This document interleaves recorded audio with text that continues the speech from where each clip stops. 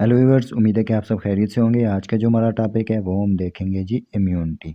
Immunity क्या है? It is a non susceptible और ability of body to resist to a given disease और a given organism. यानी कि कहता है कि ये एबिलिटी ऑफ बॉडी है, यानी बॉडी की जो अपनी एबिलिटी है कि वो बचाए खुद को डिजीज से या फिर किसी ऑर्गेनिज्म से।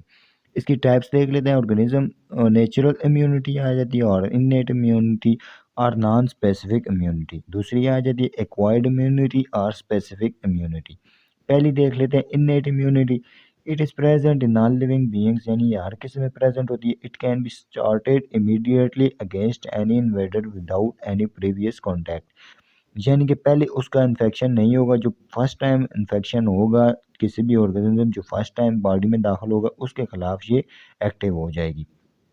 इसकी एग्जांपल में देख लेते हैं फैगोसाइटाइज्ड बाय डब्ल्यूबीसी, यानी वाइट ब्लड सेल्स हैं जो इसको इंगल्फ कर लेंगे, उसको अपने अंदर ले लेंगे, खा जाएंगे उसको। Resistance of skin to invasion by organism, यानी जो स्किन की होती है, स्किन एज आ हमारी जो है वो एक बैरियर है जो कि ऑर्गेनिज्म को अंदर दाखिल होने से रोकती है। Acid in stomach destroy organism when taken in, यानी एसिड जो हमारे स्टमक में होता है वो जब हम खाते हैं कुछ भी चीज़ तो उसके साथ कोई भी जो अगर ऑर्गेनिज्म जा रहा है जो हमें हार्म पहुंचा सकता है, इन्फेक्शन काज कर सकता है, तो उसके लिए जब वो स्टमक में जाता है तो एसिड में वो नहीं रह पाता और वो किल हो जाता है।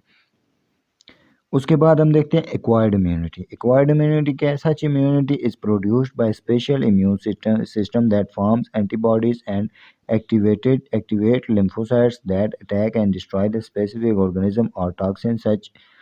Such immunity is called acquired immunity. कहते हैं कि इसमें होता क्या है, इसमें स्पेशल इम्यून सिस्टम वर्क करता है जो कि बनाता है एंटीबॉडीज जो कि स्पेसिफिक होते हैं किसी भी इन्फेक्शन और ऑर्गेनिज्म के लिए, और जाके उस पर उस पर हमला करते हैं। और इसमें जो है लिम्फोसाइट्स एक्टिवेट कर दिए जाते हैं जो कि जाके उस ऑर्गेनिज्म के ऊपर अटैक करते हैं, स्पेसिफिक ऑर्गेनिज्म और या फिर टॉक्सिन्स के। सच इस तरह की इम्यूनिटी को कहते हैं एक्वायर्ड इम्यूनिटी। इसकी आगे दो टाइप आ जाती है जिनमें एक्टिव इम्यूनिटी और पैसिव इम्यूनिटी। एक्टिव इम्यूनिटी देख लेते हैं, ये क्या है? It is immunity which an individual develops as a result of infection और बाय स्पेसिफिक इम्यूनाइजेशन। यानी कहता है कि ये ऐसी इम्यूनिटी है जब कोई भी इन्फेक्शन उसमें होगा तो उसके ऊपर हमला करने के लिए जो ये इम्यूनिटी बनाएगा, उसके खिलाफ जो ये इम्यूनिटी बनाएगा तो वो आ जाएगी एक्टिव इम्यूनिटी में। या फिर कोई भी जो वैक्सीन लगाई जाएगी उसको, उसके ऊपर जब ये एंटीबॉडीज बनाएगा उसके खिलाफ तो ये आ जाएगी एक्टिव इम्यूनिटी में। Is usually associated with presence of antibodies और cell against micro organism of particular disease. Active immunity में be acquired in three way, यानी ये तीन तरीकों से एक्टिव इम्यूनिटी हम एक्वायर कर सकते हैं। फॉलोइंग क्लिनिकल इन्फेक्शन, यानी डायरेक्ट हमें कॉन्टैक्ट हो, जैसे चिकन पॉक्स हो जाए, रुबेला हो जाए, मीजल्स हो जाए। ये उसके बाद following sub clinical infection example polio, diphtheria, यानी उसके अलावा सब क्लिनिकल इन्फेक्शन में पोलियो डिप्थीरिया में हो सकता है।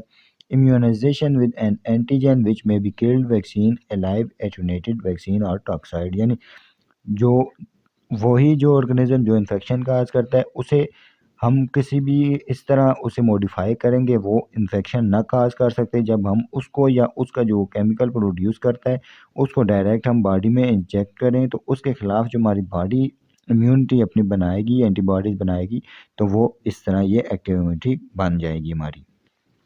इसके बाद आ जाती है पैसिव इम्यूनिटी। पैसिव इम्यूनिटी क्या है? When perform antibodies in one body और transfer to other it produce passive immunity. यानी कहते हैं कि जो एक बॉडी की इम्यूनिटी होगी, यानी एक बॉडी में इन्फेक्शन हुआ है तो उसने एंटीबॉडीज बना दी हैं, और वो एंटीबॉडीज जब दूसरे ऑर्गेनिज्म जो ह्यूमन में चली जाएगी या इसी तरह चली जाएगी दूसरे ह्यूमन और एनिमल में चाहे शिफ्ट हो जाएगी, तो वो आ जाएगी पैसिव इम्यूनिटी। ये किस तरह हो सकता है? मुमकिन है।